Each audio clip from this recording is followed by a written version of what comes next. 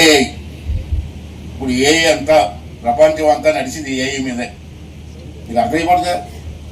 AI అంటే artificial intelligence అట.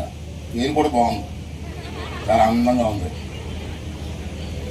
మనకి ఎవరిని అడగాల్సిన లేదు, ఫోన్ ఆన్ చేసి ఎన్టీ రామారావు గారి జీవిత చరిత్ర కావాలంటే వచ్చేస్తుంది టక్ టక్ టక్ టక్.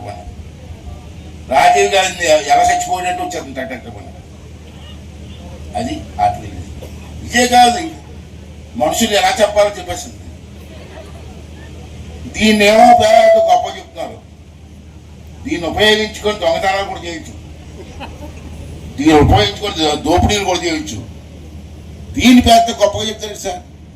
మాస్టర్ గారు చెప్పింది గొప్ప, ఇది చెప్పింది గొప్ప, టీచర్ చెప్పింది గొప్ప, ఇది చెప్పింది గొప్ప అని అడుగుతాను నేను.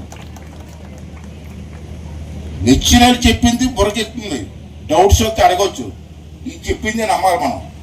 అది ఏం చెప్తే మాట్లాడేయడం ఇంటెలిజెన్స్ కదా. కొత్తగా ఎక్కడ చూసినా ఏ అంటున్నారు. ఎవరిని ఏమడగలేదు. మనకి ఏం కావాల్సిన చిరంజీవి గారు ఎన్ని సినిమాలు యాక్ట్ చేశారంటే పేరు కూడా వచ్చేస్తుంది దీంట్లో.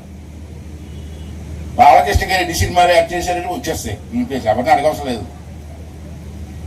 ఇదమ్మా ప్రపంచం ముందుకెళ్తుందో వెనక్కి వెళ్తుందో నాకైతే తెలియదు. నాకు ఎడ్యుకేషన్ లేదు కాబట్టి నాకు అర్థం అవ్వట్లేదు. మరి ఎడ్యుకేషన్ ఉన్న వాళ్ళు అందరూ కూడా అర్థం చేసుకొని దీన్ని ఏం చేస్తారు చేయండి సార్.